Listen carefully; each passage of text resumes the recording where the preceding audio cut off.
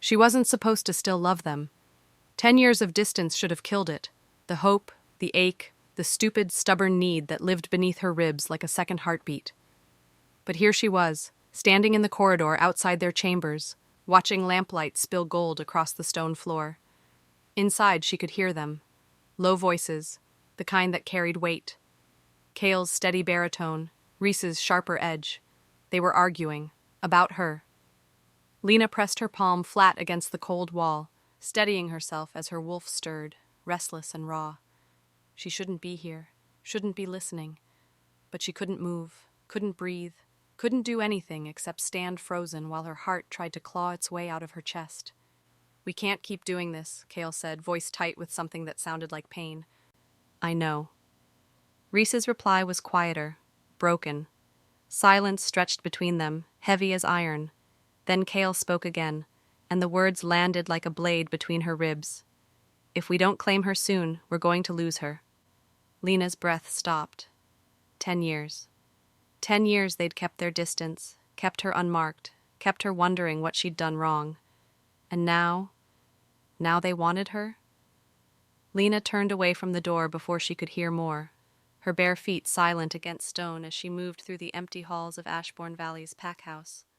3 a.m, the hour when shame felt sharpest. She'd learned to move through this place like a ghost, unseen, unheard, unwanted, the rejected mate of the twin alphas, the woman they'd never marked, never claimed, never even touched beyond the ceremonial handshake at their binding ceremony a decade ago. She was 29 now, had been 19 when they'd stood before the pack and promised her everything.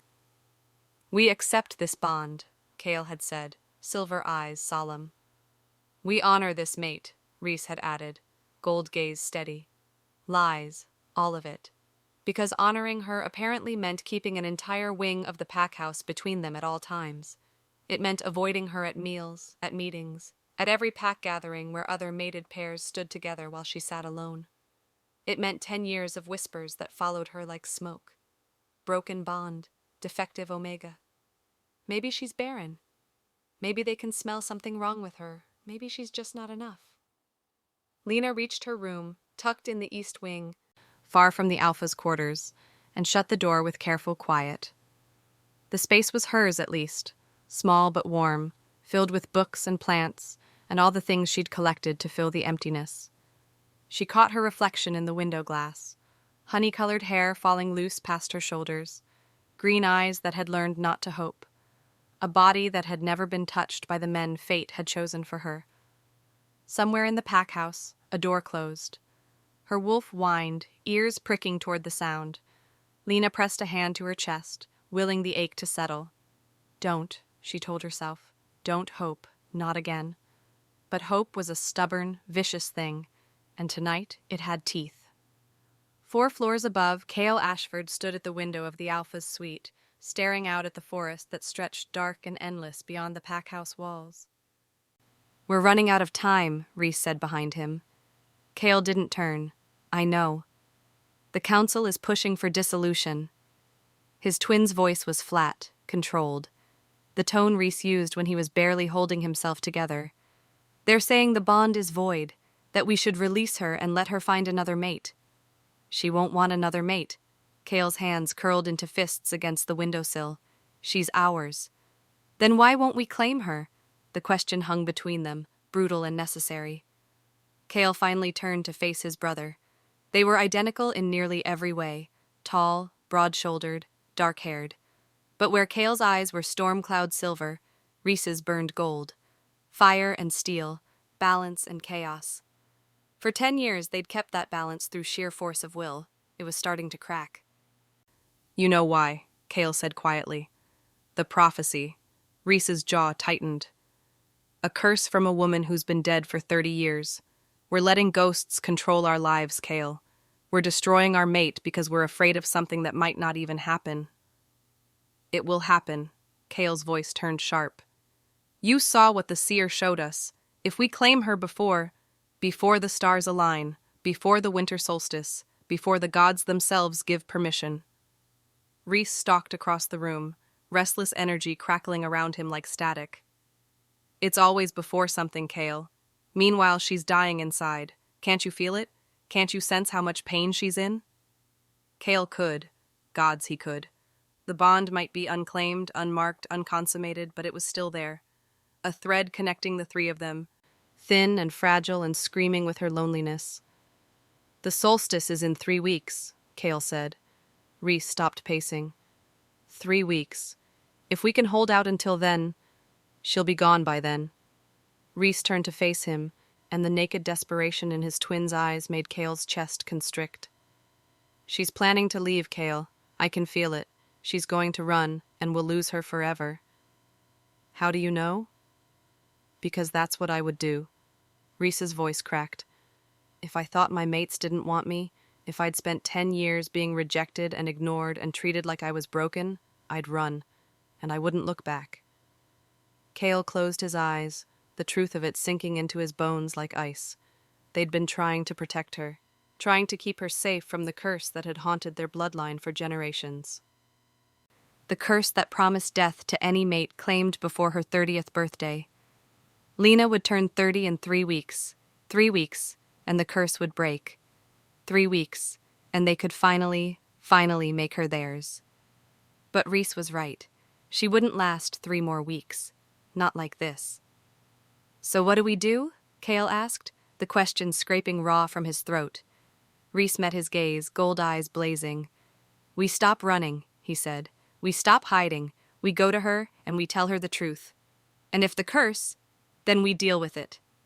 Rhys's voice turned fierce. Together, the 3 of us, the way it was always supposed to be.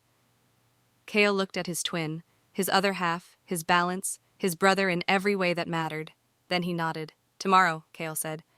We tell her everything tomorrow. But neither of them knew that Lena had already heard enough, and that by tomorrow she'd be gone. Lena's hand was still pressed against the door when she heard footsteps, heavy, deliberate, coming down the corridor toward her room. Her breath caught, sharp and sudden, as her wolf's head snapped up with recognition that felt like lightning through her veins. Them. No, not now. Not when her heart was still bleeding from what she'd overheard. Not when she was barely holding herself together. The footsteps stopped, right outside her door. Lena stared at the wood separating them, every muscle locked tight. She could smell them now. Cedar and smoke from Cale, wild honey and thunder from Rhys. The scents wrapped around her like hands, like hunger, like 10 years of wanting compressed into a single breath. Her wolf whined, desperate and traitorous. A knock, soft, almost hesitant. Lena, Cale's voice, muffled through the door. We know you're awake. She didn't move, didn't breathe. Please. Rhys now, and something in his tone made her chest crack open. We need to talk to you. We're going to lose her. The words echoed in her skull, sharp as broken glass. Go away, Lena said. Her voice came out steadier than she expected, even as her hands trembled. Whatever you have to say, I don't want to hear it. Silence on the other side, heavy, charged. Then Cale spoke again, and the rawness in his voice nearly undid her. We heard you, he said quietly. Outside our door. We know you were listening. Oh gods. Heat flooded her face, humiliation chasing on the heels of panic. They'd known she was standing there like some pathetic thing, eavesdropping on a conversation she had no right to hear. I'm sorry, she forced out. I didn't mean to, I was just... Don't apologize. Rhys cut her off, voice tight. Don't you dare apologize, Lena. She heard movement, the soft thud of someone leaning against the door, close enough that only a few inches of wood separated them. We're the ones who should be apologizing, Cale said. For everything. For the last 10 years. For making you think... He stopped, breath hitching. For making you believe you weren't wanted. Lena's throat closed. Please, Rhys said again, and the word sounded like it cost him. Let us in. Let us explain. She should say no, should tell them it was too late, that 10 years of silence couldn't be undone with a single conversation in the dead of night. But her hand was already on the lock. Her wolf was already surging forward, clawing toward them with need that bordered on feral. And beneath all the hurt, all the anger, all the years of wondering what was wrong with her, she still wanted them. Gods help her, she still wanted them. The lock clicked open. The door swung inward, and Lena barely had time to step back before they were there, filling her doorway, filling her space, filling every sense until she couldn't think past the weight of their presence. Kale entered first, silver eyes finding hers with an intensity that stole the air from her lungs. Reese followed half a step behind, gold gaze tracking over her face like he was memorizing every detail. They looked wrecked. Hair disheveled, shirts untucked, shadows carved deep beneath their eyes, like they hadn't slept in days. Like they'd been breaking apart in slow motion and she'd never noticed. "Close the door," Lena heard herself say. Reese did, the soft click of the latch unnaturally loud in the sudden quiet. Then they just stood there, the three of them, tension stretched so tight between them that Lena felt it vibrating in her bones. "You can't claim me," she said, because someone had to speak and the words were burning in her throat. "That's what you said. You can't keep doing this, whatever this is, and you're running out of time."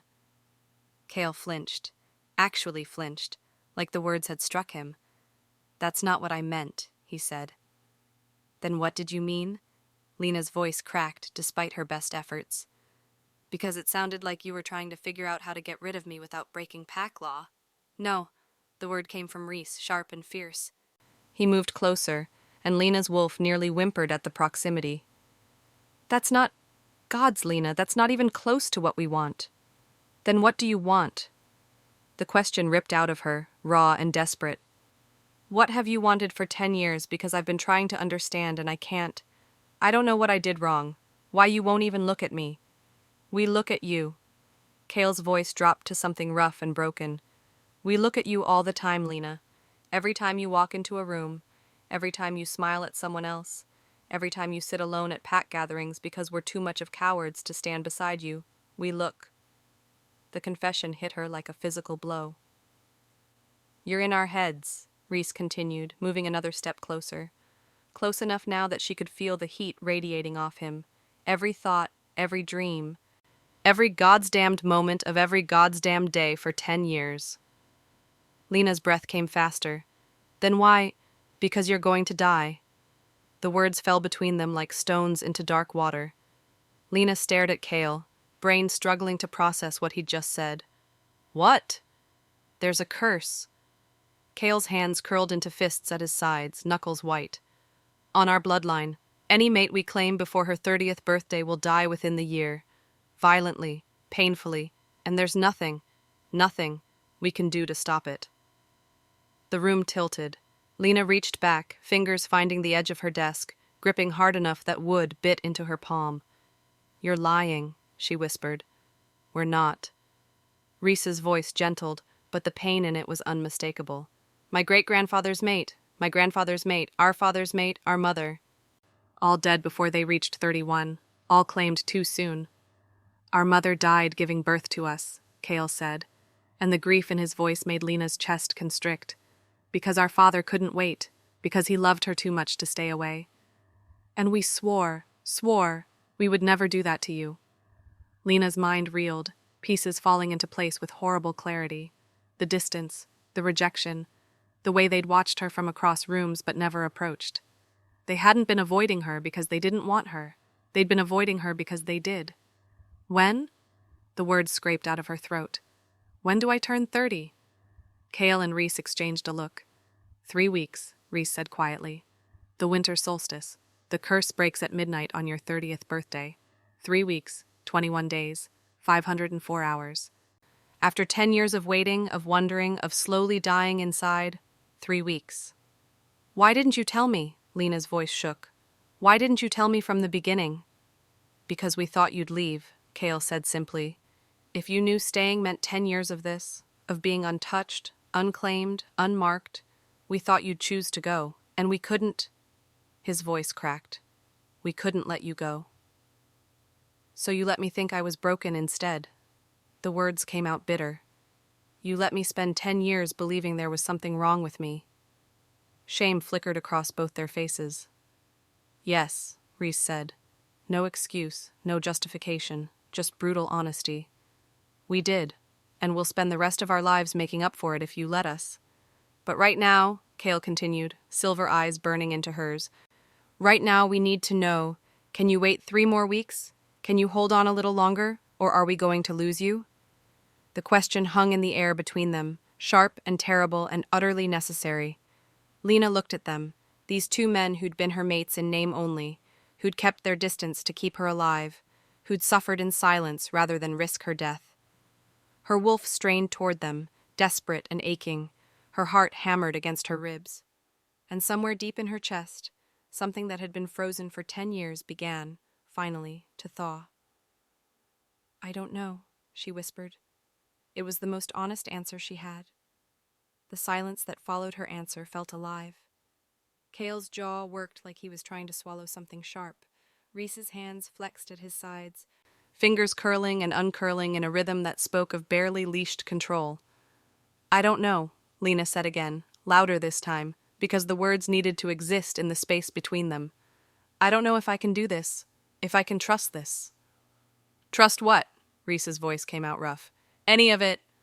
She gestured between them, the movement sharp and frustrated. "You just told me you've been protecting me, that everything, the distance, the rejection, the 10 years of making me feel like I wasn't enough, was to keep me alive." "It was," Cale said.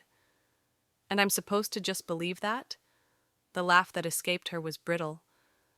"I'm supposed to accept that you cared this whole time, even though you made me sit alone at every pack gathering?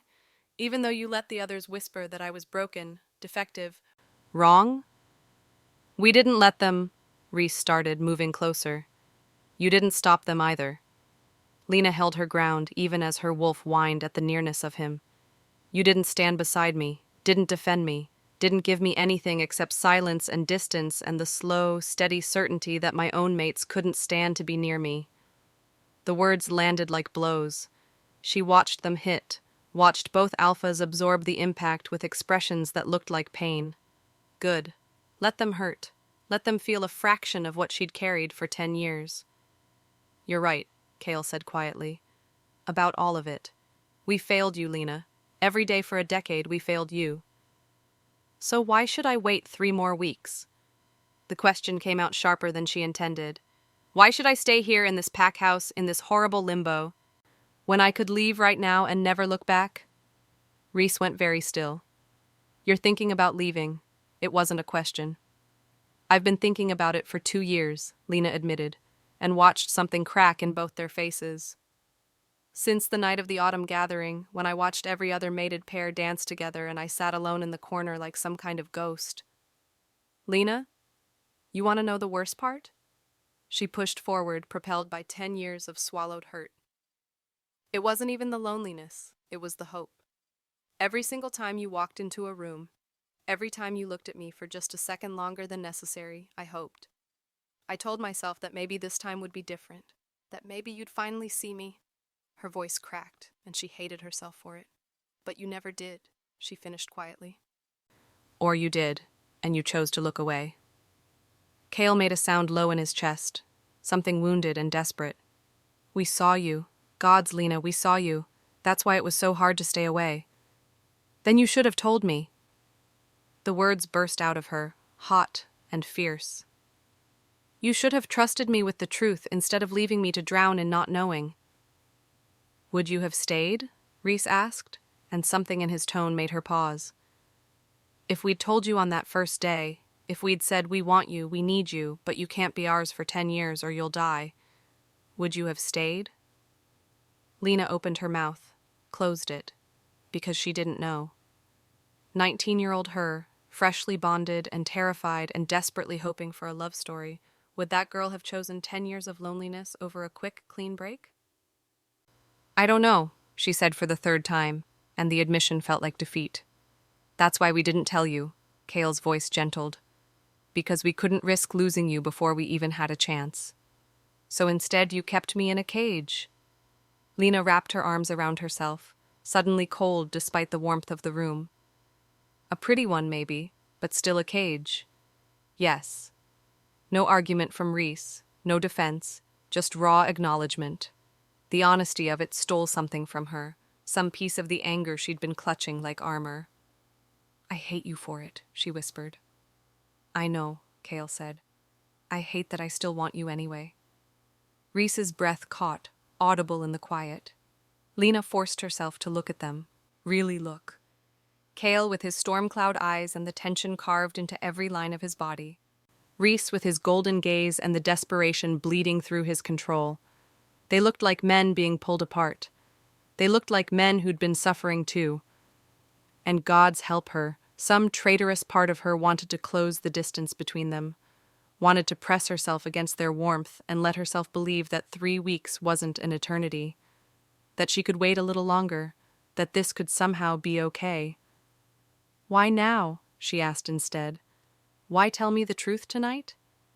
The twins exchanged a look, one of those silent conversations she'd watched them have 1,000 times but never been part of.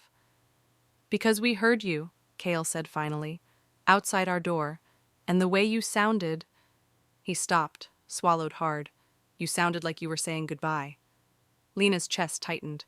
Were we wrong? Rhys pressed. Were you planning to leave? She should lie. Should tell them no, that she'd never considered it, that she was perfectly content to wait out the curse in silent misery. But she was so tired of pretending. I packed a bag this morning, Lena admitted. It's under my bed. I was going to wait until after the full moon gathering, then slip away before dawn. Cale's hands curled into fists. Where would you go? I don't know. Somewhere far enough that the bond wouldn't ache so much. Somewhere I could start over and maybe... She swallowed against the sudden thickness in her throat. Maybe find a life that didn't feel like slow death. You can't. Rhys moved without thinking, crossing the space between them in 2 strides. He stopped just short of touching her, hands raised like he wanted to reach for her but didn't dare. You can't leave. Lena, 3 weeks. That's all we're asking. 3 weeks, and then... Then what? The question came out rawer than she intended. Then you mark me and everything magically becomes perfect? 10 years of damage just disappears because a curse broke? No, Cale said, moving to flank his brother. Close enough now that she could feel the heat of both of them, smell the mingled scent of cedar and honey and desperation. We know it won't be that simple. We know we've hurt you in ways that can't be fixed overnight. But we want to try, Rhys continued. We want the chance to prove that this, he gestured between the 3 of them, is worth fighting for. Is it? Lena looked between them, heart hammering. After everything that's happened, after all the pain and silence and loneliness, is it really worth it? Yes. Both of them answered at once, the word falling in perfect sync. Something in Lena's chest twisted. How can you be so sure? Her voice dropped to barely above a whisper. How can you possibly know that we'll work when we've never even tried? Because of this. Rhys finally closed the last inches between them, his hand coming up to hover near her face, not touching but close enough that she felt the tremble in his fingers. Because even now, after everything we've done to hurt you, you're still here. You're still standing in front of us instead of running. That means something, Lena. It has to. It means I'm an idiot, she said, but the words came out weak. It means you feel it too. Cale moved closer, creating a bracket of heat around her. The pull. The bond. The certainty that somewhere beneath all the hurt and anger and betrayal, this is right. We're right. Lena wanted to argue, wanted to push them away and prove she was strong enough to walk away from fate and destiny and everything that had brought her to this moment. But she couldn't move, couldn't breathe past the weight of them surrounding her, the scent of them filling her lungs, the heat of them seeping into her skin. Her wolf pressed forward with a whine that sounded like pleas. I'm so angry at you, she said, because someone needed to acknowledge it. Both of you. For every lonely night, every pitying look, every moment I spent wondering what was wrong with me. You should be, Rhys agreed. I want to hate you. We deserve it, Cale said, but I can't. The confession tore out of her, raw and bleeding. I can't hate you, and I can't leave, and I don't know if that makes me strong or just pathetically weak. It makes you ours. Rhys's hand finally made contact, fingertips brushing her cheek with a gentleness that made her gasp. It makes you the bravest person I've ever met. The touch sent electricity through her. 10 years of denied contact compressed into a single point of connection. Her wolf surged, demanding more, and she had to lock her knees to keep from swaying into him. Don't, she managed, even as her body betrayed her by leaning into his touch. Don't touch me like that. Don't make promises you can't keep. What if we can? Kale's voice came from behind her now, and she realized with a start that he'd moved, that she was caught between them. What if we spend the next 3 weeks proving to you that this is real? 3 weeks of what? She forced herself to focus, to think past the haze of sensation and want. 3 weeks of the same distance? The same careful avoidance? No. Reese's thumb traced along her cheekbone and she shivered. 3 weeks of us trying to earn back what we lost, of showing you who we are when we're not fighting the bond, of letting you see how much we've wanted you all along. I don't understand, Lena whispered. The curse says we can't claim you, Kale explained, his breath warm against the back of her neck. Can't mark you, can't complete the bond, but it doesn't say we can't court you, can't show you how we feel, can't give you everything else we've been holding back. That's a dangerous game. She tried to inject steadiness into her voice and failed. What if it's not enough? What if 3 weeks of almost but not quite just makes the ache worse? Then at least we tried. Reese's other hand came up to cup her face, tilting her gaze to meet his. At least you'll know the truth, that every moment we stayed away was torture, that resisting you has been the hardest thing we've ever done, that when we finally claim you, his voice dropped to something rough and hungry. It's going to be worth every second of the wait. Lena's heart hammered against her ribs. Her wolf clawed at her control, desperate and needy and so tired of fighting. And standing between these two alphas, feeling wanted for the first time in 10 years, feeling seen, she couldn't remember why she'd been so determined to leave. 3 weeks, she heard herself say. Kale's breath stuttered behind her. You'll stay? I'll stay. The words felt like surrender and victory all at once.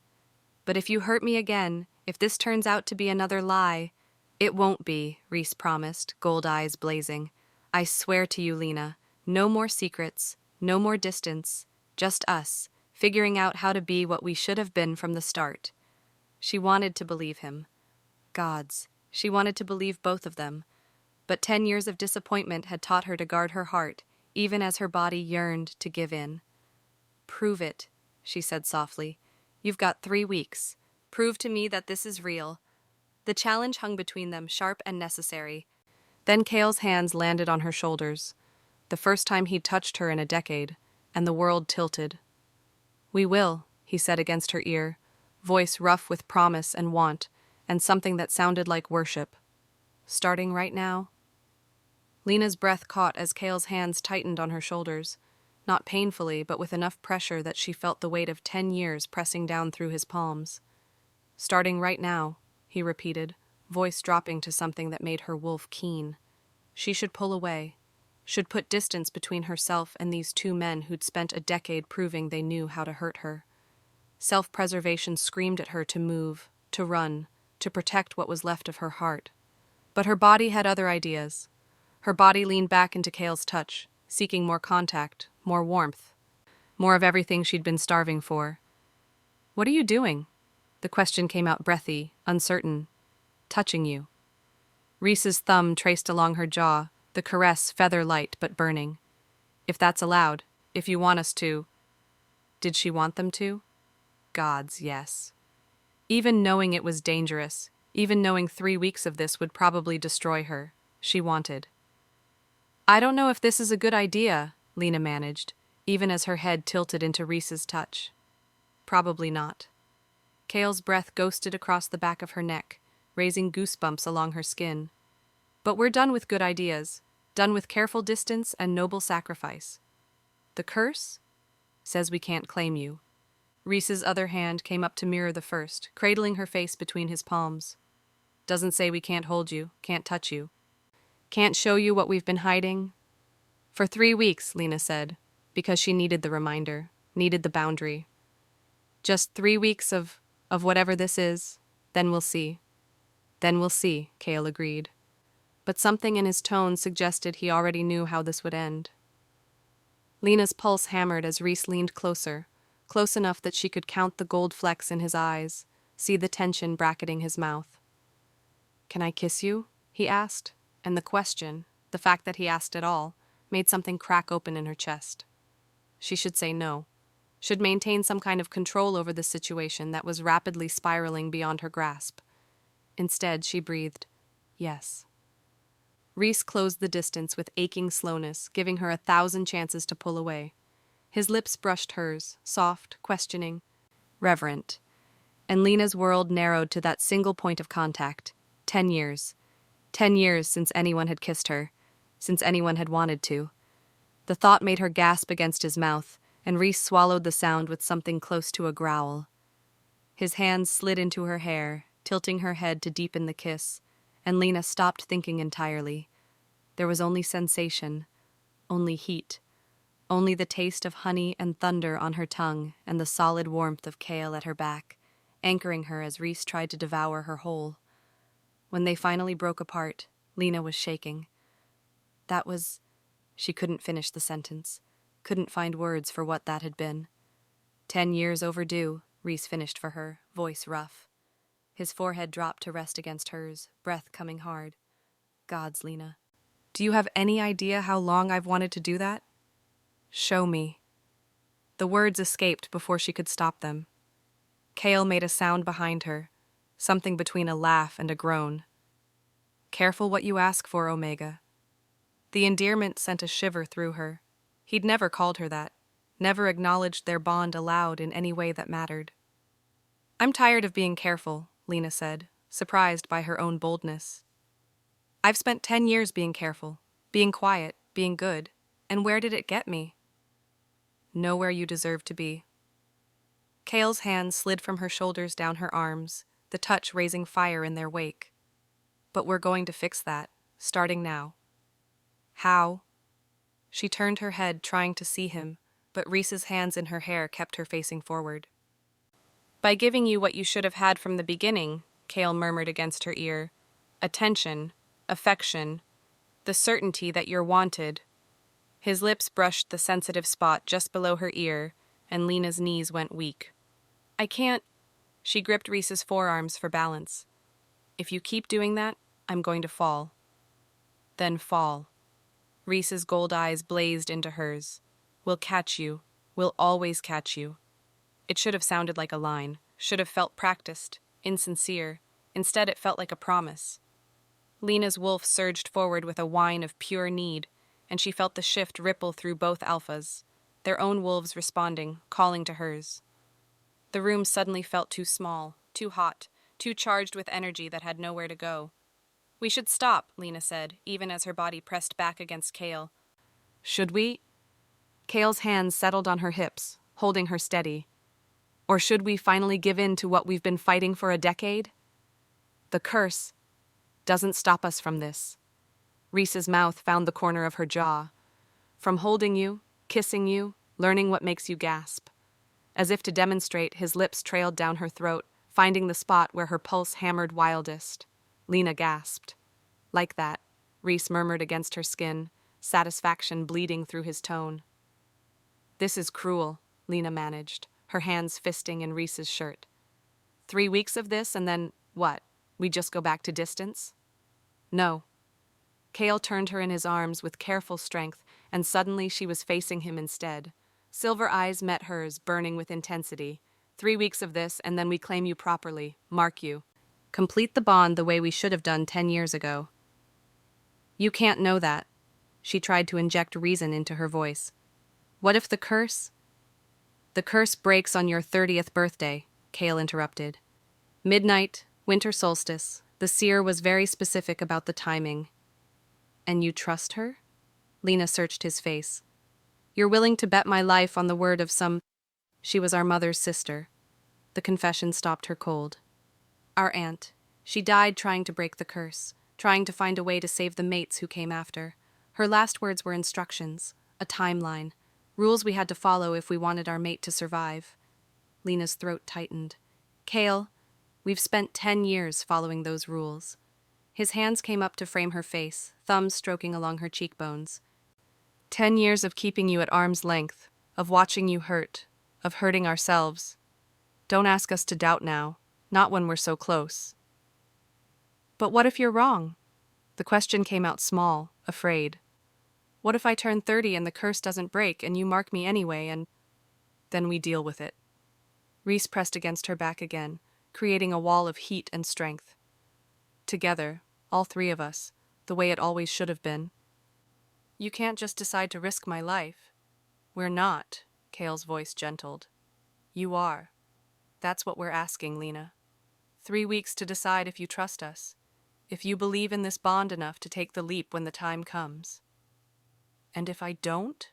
She forced herself to ask. If I decide I'd rather walk away than gamble on a curse breaking? Pain flickered across Kale's face. Behind her, she felt Reese stiffen. Then we let you go, Kale said quietly. We won't force this, won't trap you. If you want to leave after 3 weeks, we'll help you go. Even though it would kill you. It wasn't a question. She could feel it through the bond. The thread connecting them might be thin and unclaimed, but it was still there, still real. Even though it would kill us, Reese confirmed. The honesty of it stole her breath. These men, these alphas who'd spent 10 years keeping her at a distance, were offering her everything. Their hearts, their wolves, their complete surrender. All she had to do was trust them. I don't know how, Lena whispered. I don't know how to trust this. Trust you. Then let us teach you. Kale leaned down, pressing his forehead to hers. One moment at a time, one touch, one truth. Until you believe it in your bones. Starting now, Reese added, his arms coming around her waist from behind. And standing there, caught between them, held by them, wanted by them, Lena felt something shift. Not forgiveness. Not yet. That would take time, would take proof, would take more than pretty words in the middle of the night. But something softer. Something like the first crack in a dam that had been holding back 10 years of longing. Okay, she heard herself say. Okay, teach me. The words had barely left her lips when Kale kissed her. Different from Reese's kiss. Less wild, more controlled, but no less consuming. He kissed her like she was precious, like she was something he'd been waiting his whole life to touch. When he finally pulled back, Lena was dizzy. That's one moment, Kale said softly.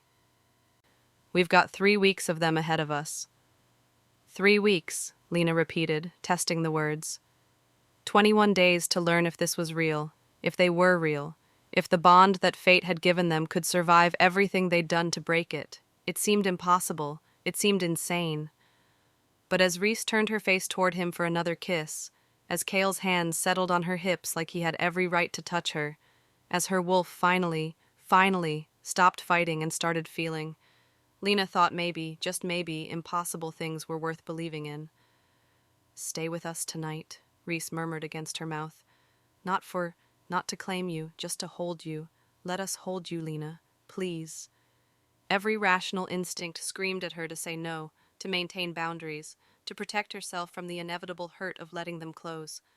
But she was so tired of being rational, so tired of being alone. Just holding, she said, the words trembling. Nothing more. Nothing more, Kale promised. We swear it, Reese added. And when they led her toward the bed, her bed, in her room, but somehow transformed by their presence, Lena didn't resist. She let them lay her down, let them bracket her between their bodies, solid and warm and real. Let herself believe, just for tonight, that maybe she didn't have to carry the weight of loneliness anymore. Kale's arm draped across her waist. Reese's hand found hers in the dark, fingers lacing together. Sleep, Kale murmured against her hair. We'll be here when you wake up. Promise? The question escaped before she could stop it, vulnerable and childish and desperate. Promise, Reese said, squeezing her hand. And surrounded by their warmth, their scent, their steady breathing, Lena felt something she hadn't felt in 10 years. Safe. She closed her eyes, let exhaustion pull her under, and for the first time since her binding ceremony, she dreamed of a future where she wasn't alone, where she was theirs, and they were hers. Lena woke to warmth, not the gradual awareness of consciousness returning, but the sudden shock of heat pressed against her back, her front, surrounding her completely. Her eyes flew open in the darkness, heart lurching before memory caught up. Kale, Reese, they'd stayed. She could feel them now, Reese's chest rising and falling against her spine.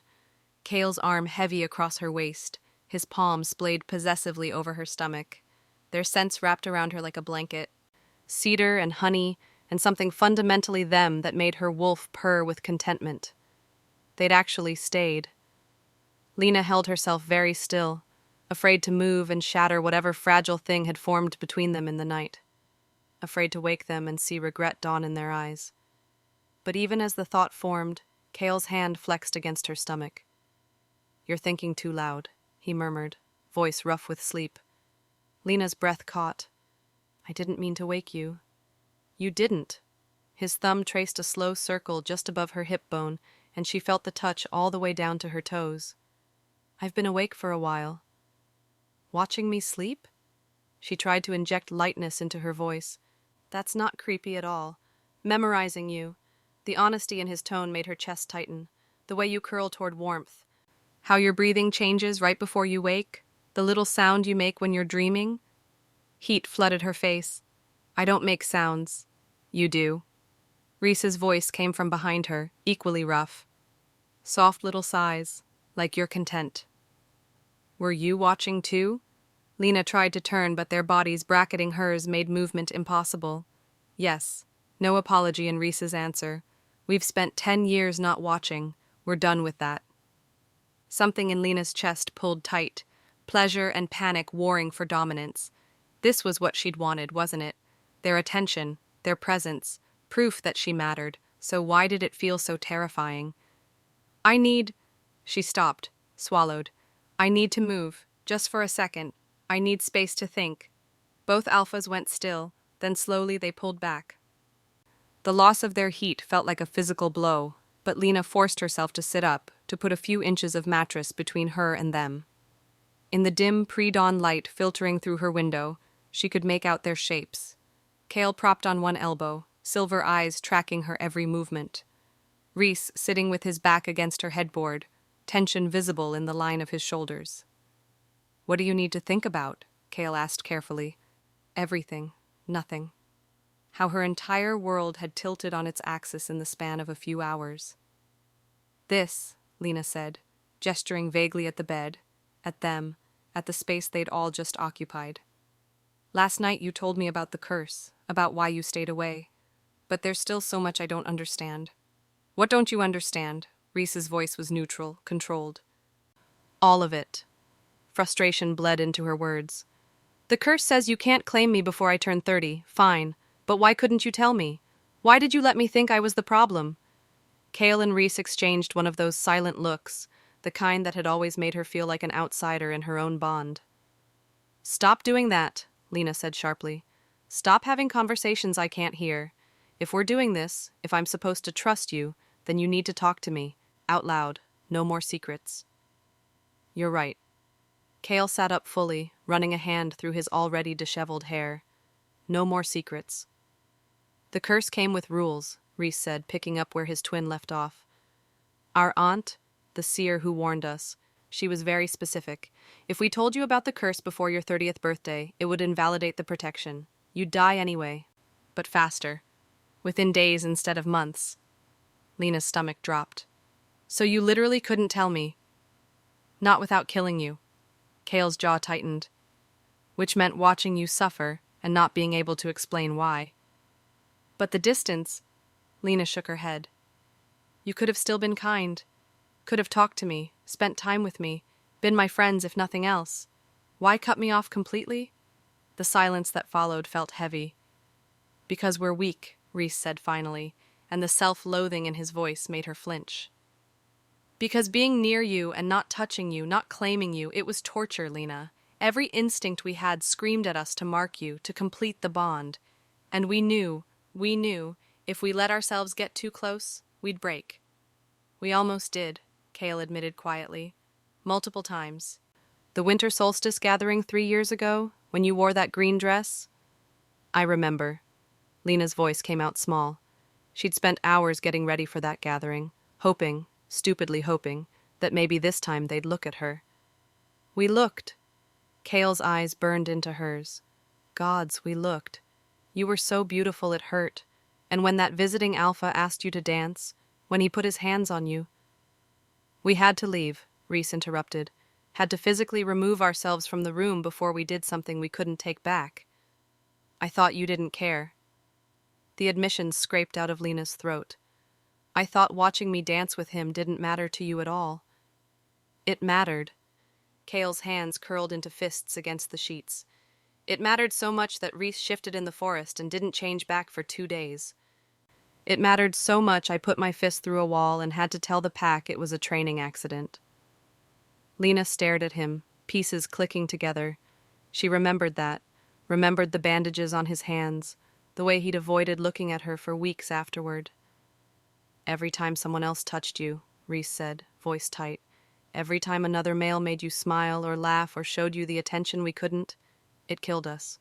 So we stayed away. We kept our distance because it was the only way to survive until your birthday. That's not fair. Anger sparked in Lena's chest. You don't get to be jealous of other people showing me basic kindness when you gave me nothing. We know. Cale met her gaze steadily. We know it's not fair. We know we have no right to feel possessive when we're the ones who rejected you. But feelings don't follow logic, Lena, and ours have been eating us alive for 10 years. Good. The word came out sharp, vicious. I hope it hurt. I hope every moment of watching me with someone else felt like your chest was being ripped open, because that's what every day of your silence felt like to me. Neither of them argued. Neither of them defended themselves. They just sat there, absorbing her anger like they deserved it, like they welcomed it. There's more, Reese said after a long moment. Things you need to know about the curse, about what happened to our mother. Lena's anger faltered. You don't have to. Yes, we do. Cale's voice was firm. No more secrets, remember? She nodded slowly, bracing herself. Our mother was 26 when our father marked her, Cale began. Young, healthy, desperately in love. They knew about the curse. Our aunt had warned them. But our father thought he could protect her, thought his love would be enough to break it. It wasn't, Reese continued, his voice going flat. She got pregnant 6 months after the marking. Carried us to term despite complications. Died in childbirth, bleeding out while our father screamed for healers who couldn't save her. Lena's hand flew to her mouth. Our aunt told us the story when we were 15, Cale said. Made us understand that the curse doesn't care about love or want or need. It just takes, and it takes violently. She showed us visions, Reese added, of every mate in our bloodline who'd been claimed too early. Every death, every moment of suffering. She made us watch so we'd understand what was at stake. Then she told us about you, Cale said, and something in his voice made Lena's breath catch. Told us our fated mate would come to us when we were 25, that we'd know her the moment we saw her, and that if we claimed her before she turned 30, history would repeat itself. She said we had a choice. Reese's hands flexed against his thighs. Mark you early and watch you die like our mother did, or wait 10 years and break the curse completely. It wasn't a choice at all, Cale said quietly. Not really. Because the moment you walked into our lives, the moment we saw you, we knew we'd wait forever if that's what it took to keep you alive, Reese finished. Lena's vision blurred with tears she refused to let fall. That's why we never told you, Cale continued. Why we kept our distance. Why we let you think the worst of us. Because your life, your survival, mattered more than your opinion of us, more than our own happiness, more than anything. We chose you, Reese said simply. We chose your future over our present, your life over our comfort, and we'd make the same choice again, even knowing how much it hurt you, even knowing you might never forgive us. The tears spilled over despite her best efforts. I don't know if I can, Lena whispered. Forgive you. Not yet. Maybe not ever. We know, Cale said. We don't expect you to, Reese added. But we need you to understand. Cale leaned forward, silver eyes intense. Everything we did, every moment of distance, every silence, every time we walked away when all we wanted was to pull you close, it was to save you, Lena. To give you a chance at a life that didn't end in blood and grief. We weren't trying to hurt you, Reese said. We were trying to keep you alive long enough to love you properly.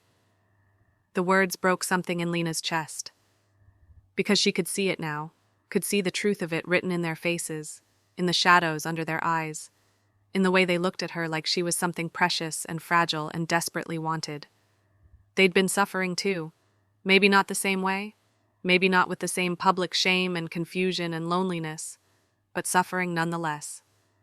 3 weeks, Lena said, her voice shaking. You said we have 3 weeks until my birthday. Until midnight on the winter solstice, Kale confirmed. And then the curse breaks. We can complete the bond, she stopped, swallowed hard.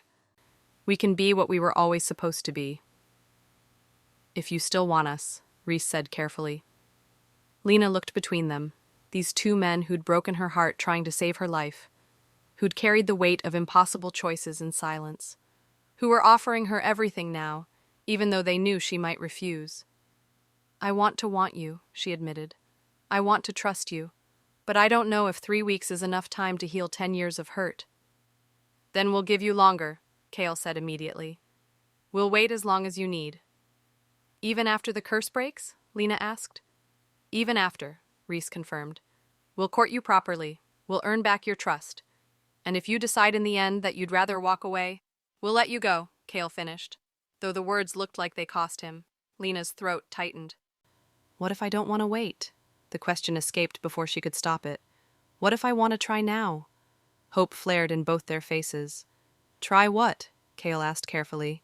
This, Lena gestured between them. Us, the 3 of us learning how to be together without the weight of the curse hanging over us. You're giving us a chance, Reese said, like he couldn't quite believe it. I'm giving us a chance, Lena corrected. All 3 of us, to see if what fate decided can actually work in practice. It will work, Kale said with quiet certainty. You don't know that. Yes, I do. He reached for her hand, and this time she let him take it. Because we've already survived the hardest part. Everything else is just learning how to live instead of endure. Reese's hand joined Kale's. The 3 of them connected in a chain of touch that felt both fragile and unbreakable. 3 weeks, Lena said again. And then we'll see. And then we'll see, they echoed. But standing there, hands linked, hearts cautiously opening, the first rays of dawn breaking through her window, all 3 of them knew the truth. 3 weeks would change everything, for better or worse, forever. The silence that followed their agreement felt different. Not heavy or uncomfortable, but charged, like the air right before lightning strikes. Lena was acutely aware of everything, the warmth of their hands wrapped around hers, the way dawn light painted gold across Kale's face, the sound of Reese's breathing behind her. What happens now?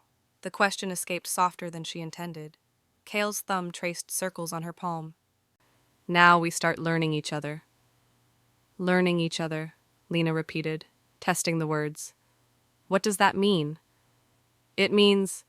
Reese shifted closer, close enough that she felt his breath against her ear. We stop pretending we don't want to touch you. Stop fighting every instinct that says you're ours. For 3 weeks, Lena reminded them, even as her pulse quickened. For 3 weeks, Kale agreed, and then forever, if you'll have us. The certainty in his voice should have scared her, should have made her pull away and protect what was left of her damaged heart. Instead, it made something warm unfurl in her chest. I'm still angry, she said, because that truth needed to exist between them. At both of you, for all of it. Good. Reese's hand slid up her arm, a feather-light touch that made her shiver. Be angry, yell at us. Make us earn every piece of forgiveness, just don't shut us out. I don't know how to do this, Lena admitted. How to let you close when staying away has kept me safe for so long. Safe from what? Kale asked gently. From hoping. The confession scraped out of her throat. From wanting things I couldn't have. From breaking every time you looked through me like I wasn't there. Pain flickered across Kale's face. We saw you. Every single time, Lena. We saw you so clearly it hurt. Then show me. She turned to face him fully, pulling her hand from his grasp to cup his face instead. Show me what you've been hiding, what you've been feeling, because I need to know it's real before I let myself believe again. Kale's eyes searched hers, storm cloud silver filled with something that looked like desperation. Then his hands came up to cover hers, pressing her palms more firmly against his face. This is real, he said, voice rough. The way my heart stops when you walk into a room. The way I memorized your schedule so I could catch glimpses of you without getting close enough to break. The way I laid awake every night in my room, knowing you were just down the hall, wanting you so badly I could barely breathe. His forehead dropped to rest against hers. Every moment of distance was torture, he continued. Every time I forced myself to walk past you without speaking, every gathering where I had to watch you sit alone, it killed me, Lena. Piece by piece, it killed me. Lena's breath hitched. Through their joined hands, she could feel him trembling. Then why? She stopped, swallowed hard. Why does it feel like I'm the only one who was hurting? Because we hid it. Reese's hand settled on her shoulder, grounding her. We had to. If you'd seen how much we wanted you, how hard it was to stay away, we would have broken. The curse would have won. So you made me think I was alone in this. Tears pricked at Lena's eyes. Made me believe I was the only one suffering. Yes. No justification from Cale. No defense. Just brutal honesty. And I would do it again if it meant keeping you alive. I would let you hate me for 1,000 years if it gave you one more day of breathing. The words hit her like a physical blow. I don't hate you, Lena whispered. I wish I did. It would be so much easier. Easier than what? Reese asked. Than this. She pulled back enough to look at them both. Then feeling everything all at once. The anger and the want and the fear that this is all going to fall apart the moment I let myself believe in it. It won't fall apart. Cale's hand slid from hers to frame her face. We won't let it. You can't promise that. Watch me. His eyes burned into hers. I promise you, Lena Hart, that we will spend every day of the rest of our lives proving that you're wanted, that you're chosen, that you're ours in every way that matters. Starting right now, Reese added, and then his hands were on her waist, turning her to face him. Let us show you, please. Gold eyes met hers, fierce and vulnerable and filled with 10 years of denied longing. Lena's wolf surged forward with a whine of pure need, and she felt the answering call from both alphas, their wolves reaching for hers across the fragile bridge of their unclaimed bond. Show me, she breathed. Reese closed the distance with devastating slowness, giving her 1,000 chances to pull away. His lips found hers, softer than last time, more controlled but no less consuming. This kiss was different. This kiss was a promise. His hands tightened on her waist, pulling her flush against him, and Lena gasped at the full-body contact. She could feel every hard plane of him, every tremor running through his muscles, every beat of his heart matching hers. When they finally broke apart, Lena was dizzy. My turn, Cale said from behind her, and then he was spinning her around, capturing her mouth before she could catch her breath. Where Reese's kiss had been controlled, Cale's was devastation. He kissed her like he'd been starving for 10 years and she was the first meal. His hands slid into her hair, angling her head to take the kiss deeper, and Lena surrendered completely. She felt Reese press against her back, his hands finding her hips, and suddenly she was caught between them, surrounded by their heat, their scent, their overwhelming presence. It should have been too much. It should have scared her. Instead, it felt like coming home. Cale broke the kiss with a groan, resting his forehead against hers as they both struggled for breath. This is dangerous, he said roughly, being this close to you, touching you like this. It makes me want... What? Lena's hands fisted in his shirt. What do you want? Everything. The word came out raw. I want to mark you, claim you, make you ours so completely that no one could ever question it. 3 weeks, Reese said against her neck, his lips brushing her pulse point. We can wait 3 weeks. We can... Gods, Lena, you smell so good. She felt his teeth scrape her skin, not hard enough to break it, just enough to make her gasp. Don't, Cale warned, but his voice was strained. Don't mark her. Not yet. We can't... I know. Reese pulled back with visible effort. I know we can't. But being this close, feeling her respond to us, it's taking everything I have not to complete the bond right now. We made a promise, Cale said, and Lena heard the reminder in his tone, heard him fighting his own instincts. 3 weeks. We wait 3 weeks. 3 weeks, Reese echoed, but his hands tightened on her hips. Lena's heart hammered as she looked between them, at the hunger in their eyes, the tension in their bodies, the barely leashed control that was fraying by the second. What if I don't want to wait? The words escaped before she could stop them. Both alphas went very still. What are you saying? Kale asked carefully. I'm saying. Lena swallowed hard. I'm saying I've waited 10 years. I'm saying I'm tired of being careful. I'm saying that if the curse breaks on my 30th birthday anyway, what difference does a few weeks make? The difference between life and death. Reese's voice was firm, despite the want blazing in his eyes. We're not risking you, Lena, not for anything. Even if I want you to. Especially then. Kale's hand slid down to her shoulders, his touch gentle but grounding. Because we know you, Omega.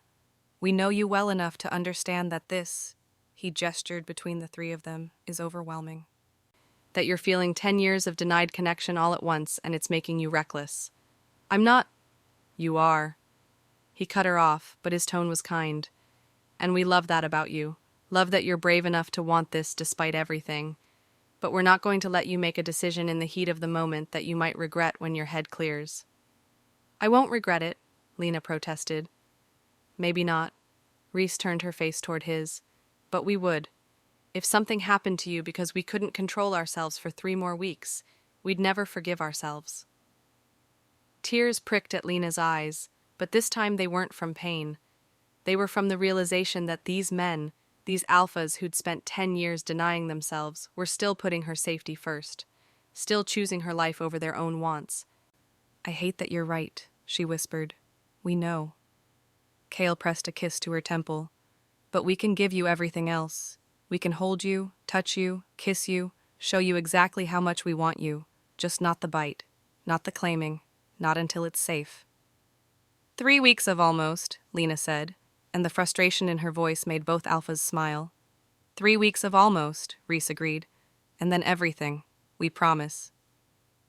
Lena looked between them, at the want and restraint warring in their faces, at the way they held themselves back even as every instinct clearly screamed at them to complete the bond.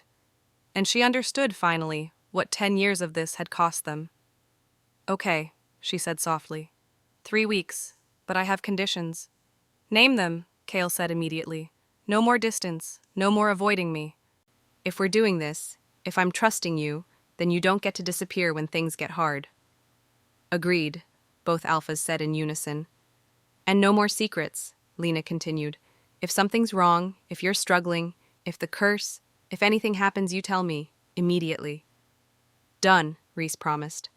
And, Lena hesitated, then pushed forward. And you let me be angry when I need to be. You don't try to fix it or explain it away. You just let me feel what I feel without making me feel guilty for it. We can do that, Kale said, though something flickered in his eyes. Can you? Lena pressed. Because right now, in this moment, with everything feeling new and intense, it's easy to say yes. But what about tomorrow? What about when I wake up angry at you for all the years you stole from us? What about when I resent you for making choices about my life without my input? Then we'll take it, Reese said firmly. We'll take your anger and your resentment and whatever else you need to give us because we earned it, because you have every right to feel everything you're feeling.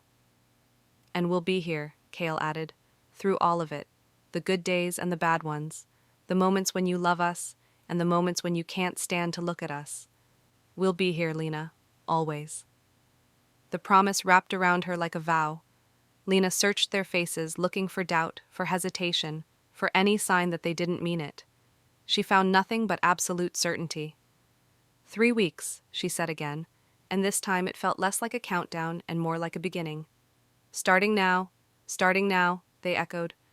And when Kale pulled her back down to the bed, when Reese curved around her from behind, when they held her between them like she was something precious, Lena let herself believe, just for a moment, just for now, that maybe, possibly this could work. That maybe the bond fate had given them wasn't broken after all, just waiting.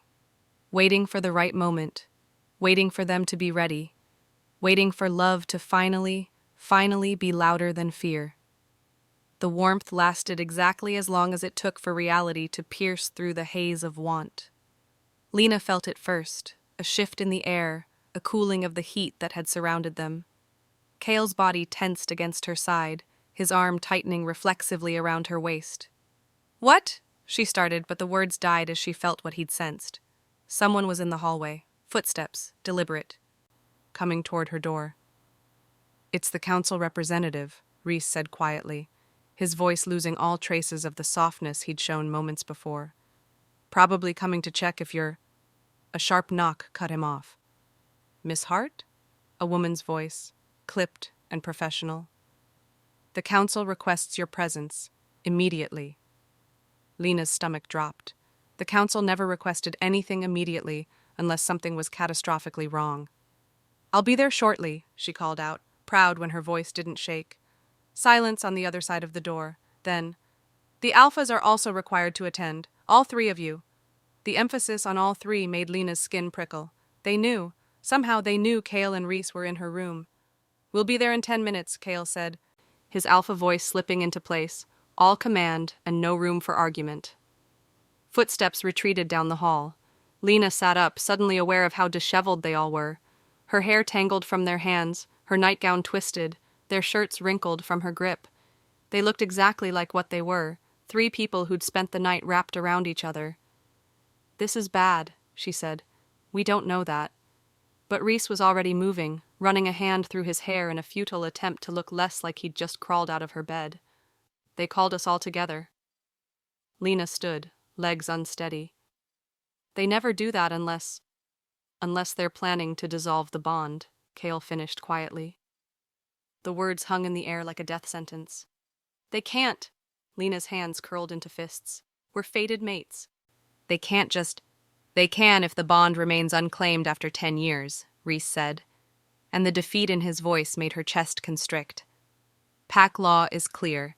If an alpha can't or won't complete a bond within a decade, the council has the right to dissolve it for the Omega's benefit." "My benefit?"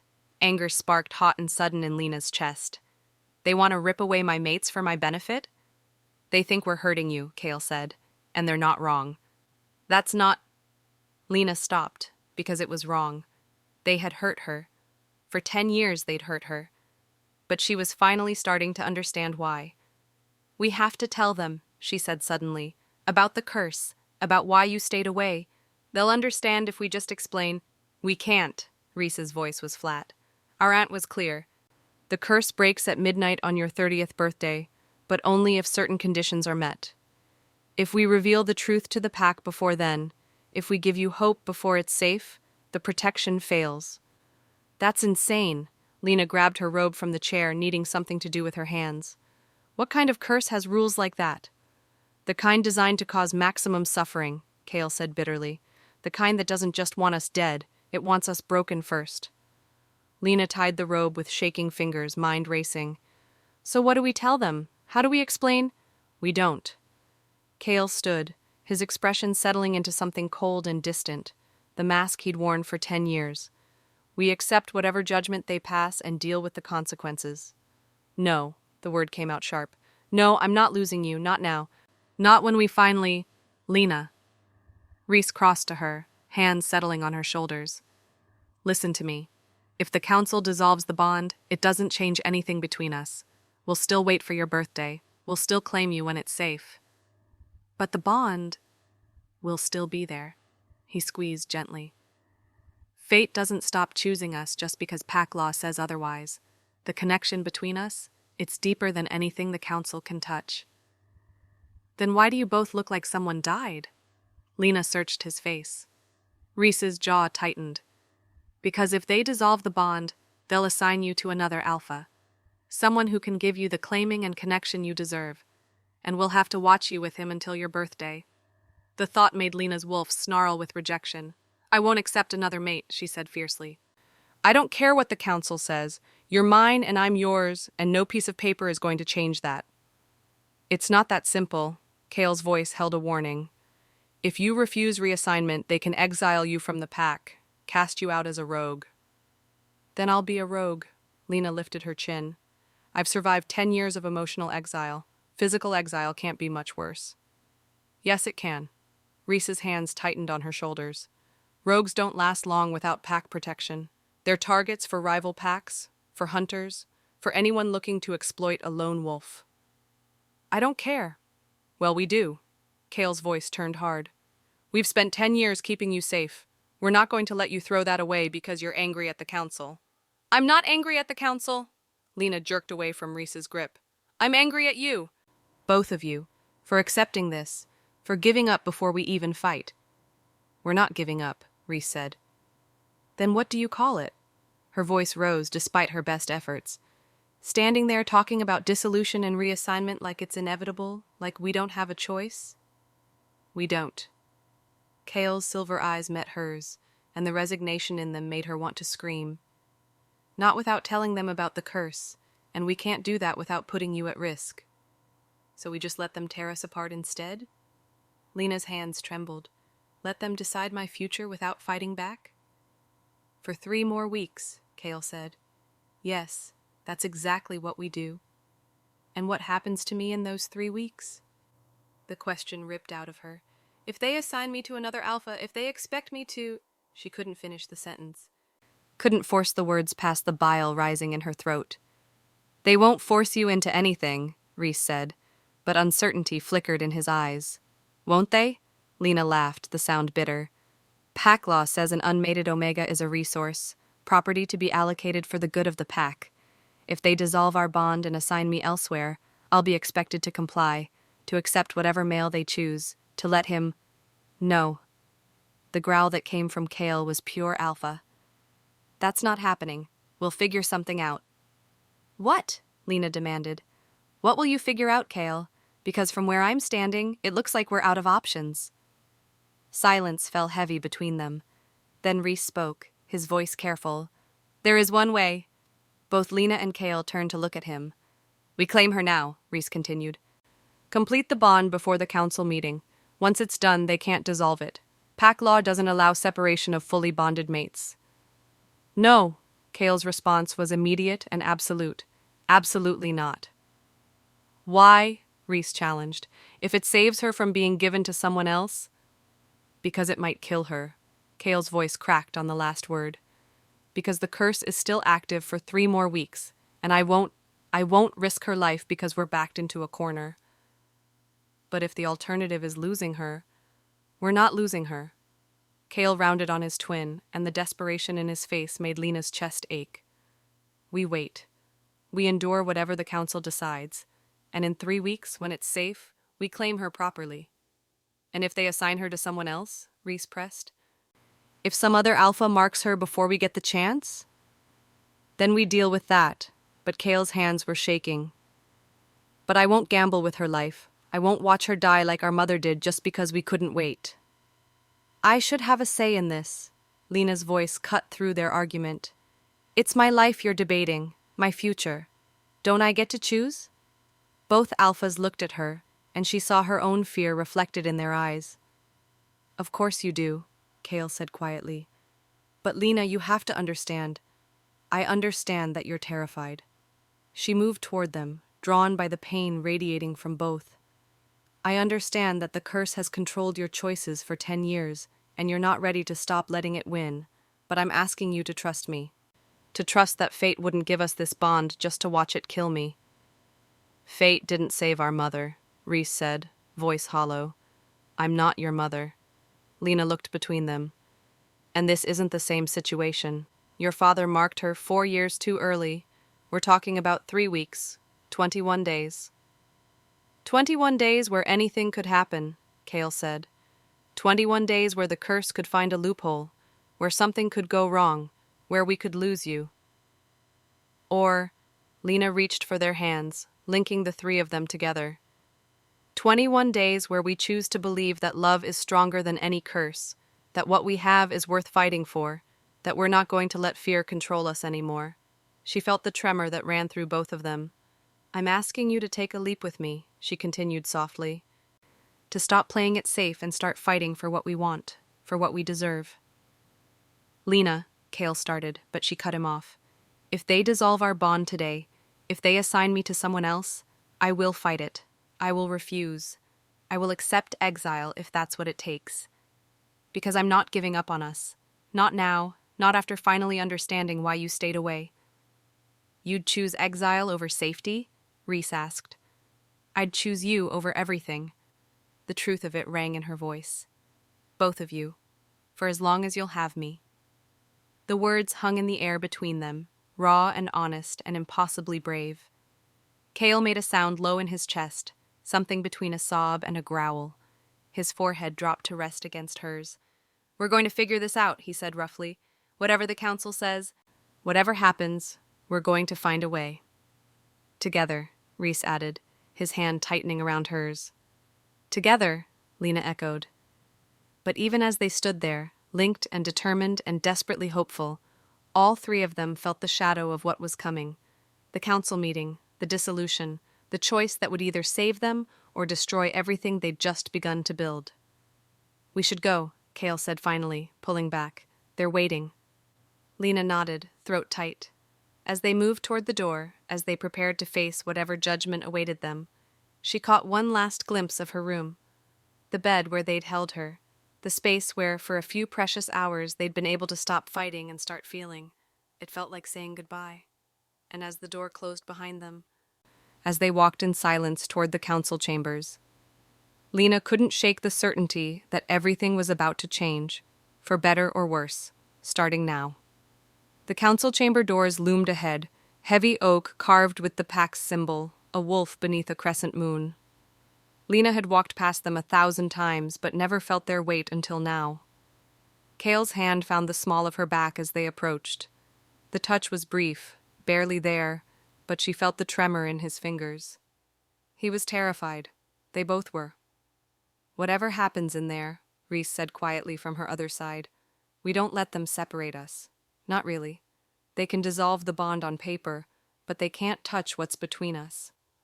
Lena wanted to believe him, wanted to cling to the certainty in his voice, but her wolf was pacing, restless and afraid, sensing the threat waiting beyond those doors.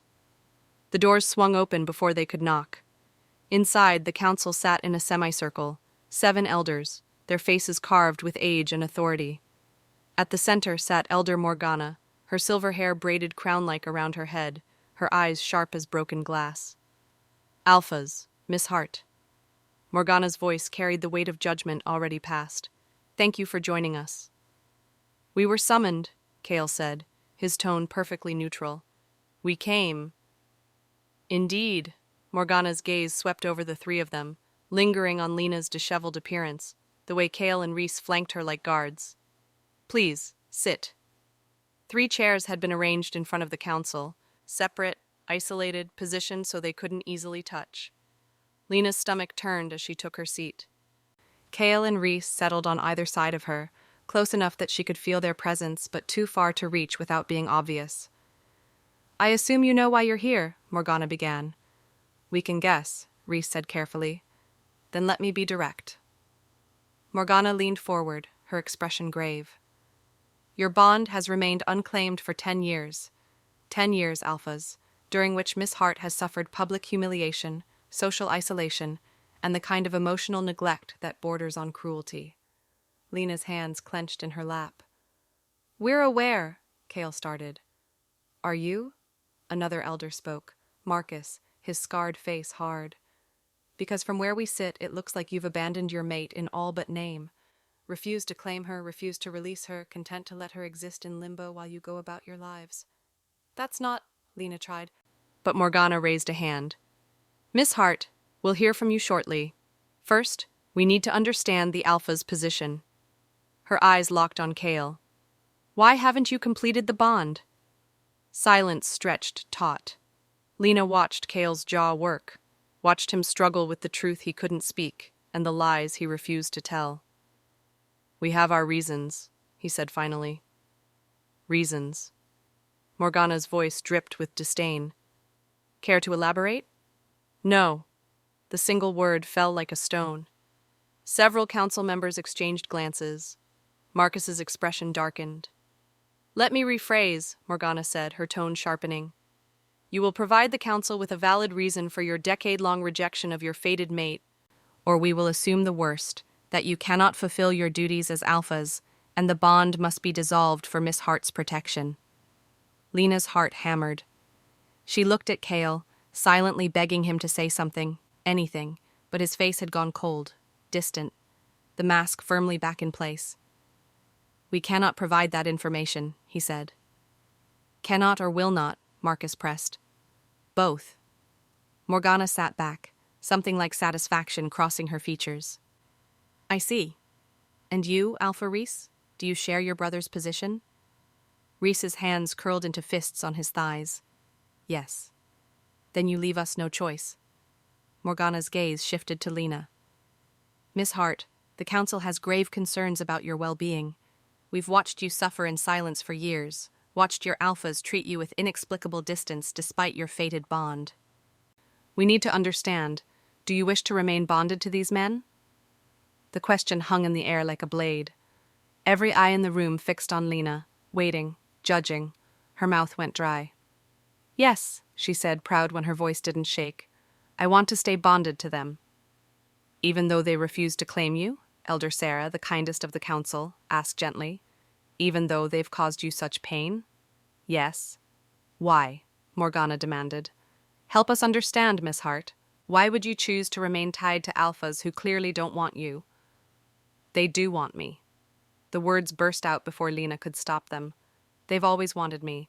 They have reasons, good reasons, and I trust them." "Trust them," Marcus scoffed. "Trust the men who've let you sit alone at every pack gathering, who've made you a laughingstock, who've done nothing while the pack whispered that you're broken." Anger flared hot in Lena's chest. "I'm not broken." "We know that," Morgana said, her tone softening slightly. "But your alpha's treatment suggests they believe otherwise, and we cannot, in good conscience, allow you to continue suffering for their inability to fulfill their duties." "They will." Lena leaned forward, desperation bleeding into her voice. "They will claim me, soon. We just need more time." "You've had 10 years, Marcus said flatly. "I need 3 more weeks." The confession escaped before Lena could think better of it. Silence crashed over the room. 3 weeks, Morgana repeated slowly. "Why 3 weeks, Miss Hart?" Lena's mind raced. She couldn't tell them about the curse, couldn't break the rules that kept her safe. But she couldn't let them dissolve the bond either.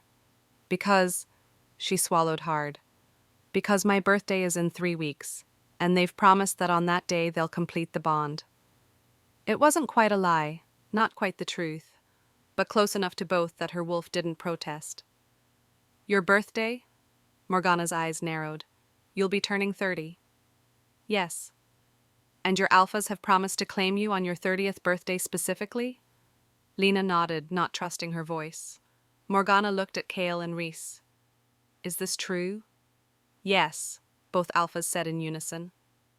"Why that specific date?" Marcus pressed. "What's significant about her 30th birthday?" "That's personal," Cale said firmly. "Nothing is personal when the well-being of a pack member is at stake." Morgana stood, and the other council members followed suit.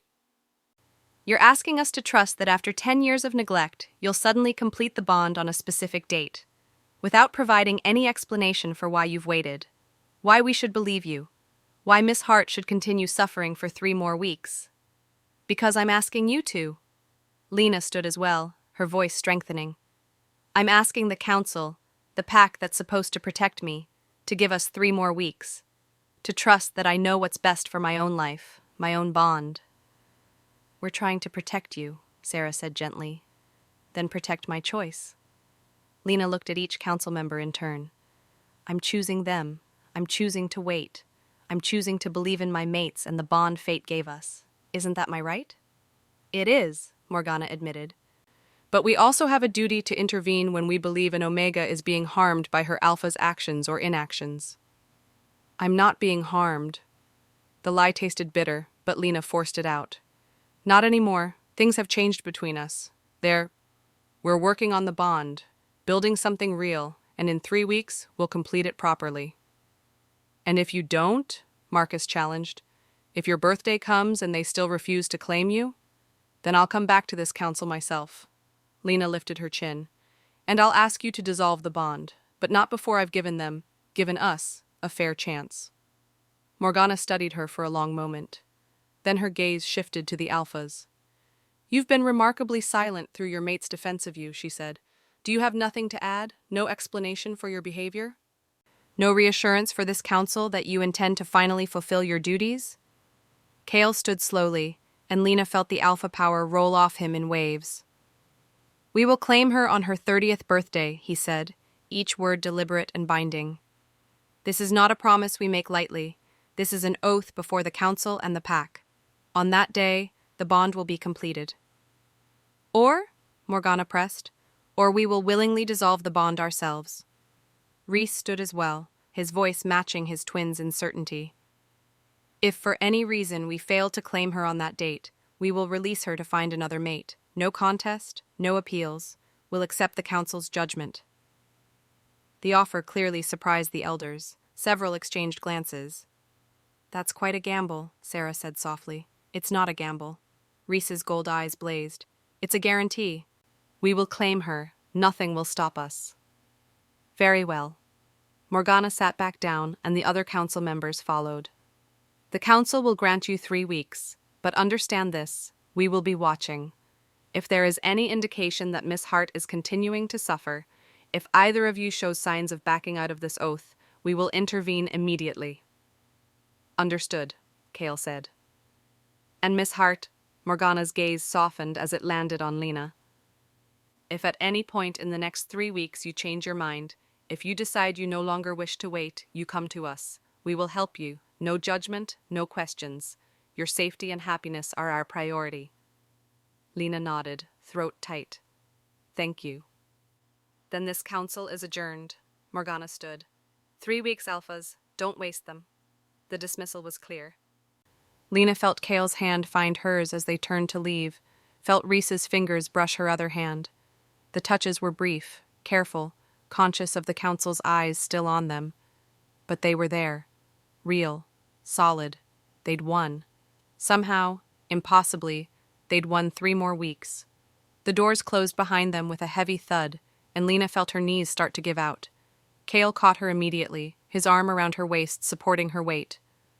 "I've got you," he murmured against her hair. "We both do," Rhys added, his hand settling on her back. Lena leaned into them, her body shaking with reaction. "That was terrifying," Kale finished. "Brilliant," Rhys corrected. "What you said in there, Lena, the way you fought for us." "I meant it."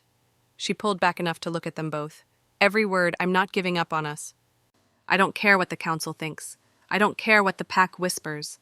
You're mine, and I'm yours. And 3 weeks from now, we're going to prove it." Something fierce and possessive flashed in both their eyes. 3 weeks, Kale echoed. 21 days, Rhys added. "And then forever," Lena finished. The promise hung between them, fragile and powerful and absolutely certain. They'd survived the council's judgment. They'd bought themselves time. Now they just had to make it count. The walk back to Lena's room felt longer than it should have. Every step echoed in the empty corridor, each footfall a countdown to something she couldn't name. Kale's hand still rested at the small of her back, and Rhys walked close enough that their shoulders brushed with every other stride. They were both silent, thinking. Processing what had just happened in the council chamber, what they'd just promised. 3 weeks. The number felt smaller now, more real. 21 days until her 30th birthday. Until the curse broke. Until they could finally... "Stop," Kale said suddenly. Lena froze mid-step, turning to look at him. "What's wrong?" "We need to talk." His silver eyes were dark, troubled. "Before we go any further, before we let ourselves believe this is going to work." Dread pooled in Lena's stomach. "What are you saying?" "He's saying we need to be honest." Rhys moved to stand in front of her, bracketing her between them in the hallway. "About all of it. No more half-truths or carefully worded promises." "I don't understand—" "The curse," Kale interrupted. "The rules our aunt gave us. There's more we haven't told you." Lena's breath caught. "What more could there possibly be?" "The curse doesn't just break on your 30th birthday," Rhys said quietly. "It breaks at midnight, which means we have to wait until the exact moment you turn 30 before we can claim you safely." "Okay," Lena tried to process that. "So we wait until midnight. That's fine. I can..." But if we mark you even 1 second before, Kale continued, his voice strained, the protection fails, the curse activates, and you die. The words hit her like a physical blow. 1 second, she repeated. 1 second, Kale confirmed, which means for 3 weeks we have to maintain perfect control, perfect distance. Because if we slip, if either of us loses control and bites you even in passion, even by accident, I'm dead. Lena finished the sentence he couldn't. Yes. The silence that followed felt suffocating.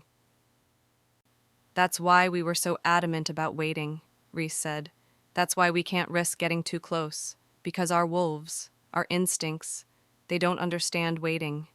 They just know you're ours, and we haven't claimed you, and every moment near you makes it harder to hold back.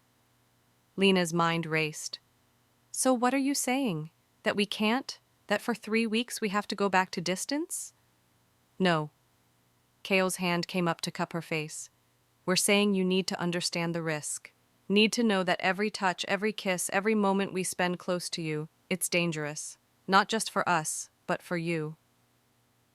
And you need to decide if that's a risk you're willing to take, Reese added. Because we meant what we said in the council chamber. We'll claim you on your birthday, but only if you survive the wait. Lena stared at them both, heart hammering. 3 weeks of proximity to her alphas. 3 weeks of denied instinct and barely leashed control. 3 weeks where one moment of passion could kill her. It was insane. It was impossible. And yet, I'm willing, she said. Lena, I'm willing, she repeated, stronger this time. Because I've spent 10 years alone, 10 years wondering if I'd ever feel wanted, and I'm not going back to that. I'd rather risk 3 dangerous weeks with you than endure 3 more weeks of safe distance. You could die, Kale said, and the desperation in his voice made her chest ache.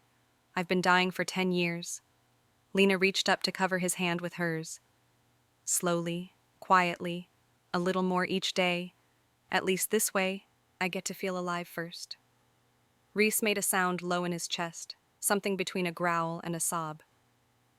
You're going to kill us, he said roughly. Your bravery, your trust, it's going to destroy us. Then we'll be destroyed together. Lena turned to face him fully. All 3 of us, taking the leap, making the choice, refusing to let fear win. What if we lose control? Kale's voice cracked. What if we hurt you? You won't? You can't know that. Yes, I can.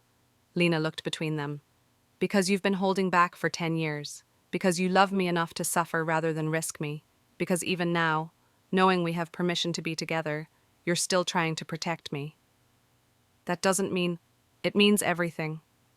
Lena stepped closer to Reese, close enough to feel his heat. It means I trust you, both of you, with my life, with my heart, with all of it. Reese's control visibly cracked. His hands came up to frame her face, thumbs stroking her cheekbones. 3 weeks, he said, voice raw. We have to make it 3 weeks without claiming you. We will, Lena promised. How can you be so sure? Because we have to, she leaned into his touch. Because the alternative, going back to distance, to loneliness, to pretending we don't feel this, is worse than any curse. Kale moved behind her, his chest pressing against her back. If anything happens, if either of us slips, you won't. Lena reached back to find his hand. I believe in you, in us, in whatever this bond is supposed to be. Fate, Reese murmured, gold eyes burning into hers. This is what fate feels like. Then let's stop fighting it. Lena tilted her face up toward his. For 3 weeks, let's just be. No more fear, no more holding back. Just us, learning each other, trusting that we're strong enough to wait. And if we're not? Kale asked against her hair. Then at least we tried. Lena turned her head to look at him. At least we didn't let the curse win without a fight. The conviction in her voice seemed to settle something in both of them. Kale's arms came around her waist. Reese's forehead dropped to rest against hers. And standing there, caught between them, held by them, choosing them despite every rational reason not to, Lena felt something shift. Not the bond, not yet. That would come in 3 weeks at midnight when the curse finally broke. But something deeper, something that didn't need magic or fate or destiny to be real. Love, Simple, complicated, terrifying, perfect. She loved them, despite everything, because of everything, in ways she was only beginning to understand. And they loved her. She could feel it in every careful touch, every restrained breath, every moment of control that cost them everything. "Take me to bed," she said softly. Both alphas stiffened. "Lena, just to hold me," she clarified. "Like last night. I need to fall asleep between you, to wake up knowing you're still there, to have 3 weeks of that before we make it permanent." Relief and want warred on their faces. "Are you sure?" Reese asked. "Yes." "We won't be able to claim you," Kale warned. "Won't be able to mark you or complete the bond. It'll be torture being that close and not—" "I know," Lena cut him off gently. "But I think we've earned a little torture, don't you?" The smile that curved Reese's mouth was equal parts pain and promise. 3 weeks of torture, he said, and then forever. "Forever," Lena echoed. They moved as one, down the hallway, through her door, into the space that had been hers alone for so long, but now felt like theirs. Kale locked the door behind them. Reese closed the curtains, dimming the room to comfortable shadow. And then they were on the bed, Lena in the middle, bracketed by their warmth, surrounded by their scent, held by hands that trembled with restraint. "Tell me something," Lena said into the quiet. "Something real, something I don't know." Kale's fingers traced patterns on her hip through her nightgown. "I used to stand outside your door at night, just to hear you breathing, just to know you were okay." "I did the same thing," Reese admitted. "Different nights. We took turns. Neither of us could sleep without checking on you first." Lena's throat tightened. "For how long?" 10 years, they said in unison. 10 years of silent vigils. 10 years of watching over her from a distance. 10 years of suffering alone rather than burden her with the truth. "I'm sorry," Lena whispered. "For what?" Kale asked. "For thinking you didn't care, for believing I was alone, for not seeing—" "You had no way to see." Reese's hand found hers in the darkness. "That's not your fault. That's ours for hiding it." "But I should have known." "How?" Kale's voice was gentle. "We gave you nothing to believe in, Lena. We made you think you were unwanted. That's on us, not you." "Then let me forgive you," she said. "Let me choose to move forward instead of staying stuck in the hurt." "It's too soon," Reese protested. "We don't deserve forgiveness yet." "Maybe not." Lena squeezed his hand. "But I'm giving it anyway." "Because holding on to anger takes energy I'd rather spend on us. On building something real in these 3 weeks. You're too good for us," Kale murmured against her hair. "No." Lena turned to look at him. "I'm exactly right for you. That's how fated bonds work. That's what fate chose." "Fate chose well," Reese said softly. "It did." Lena settled between them, letting exhaustion finally start to pull at her edges. For all 3 of us. They held her as consciousness started to blur, held her through the transition from waking to sleeping, held her like she was precious and fragile and worth every second of the 10-year wait. And as Lena drifted off, she felt the bond. Still thin, still unclaimed, but definitely there, pulse with something that felt like promise. 3 weeks, 21 days. 504 hours until midnight on the winter solstice. It seemed like forever. It seemed like no time at all. But wrapped in her alpha's arms, warm and safe, and finally wanted. Lena thought maybe she could survive the wait. Maybe they all could. Maybe love really was stronger than curses. Maybe... Her eyes flew open in the darkness.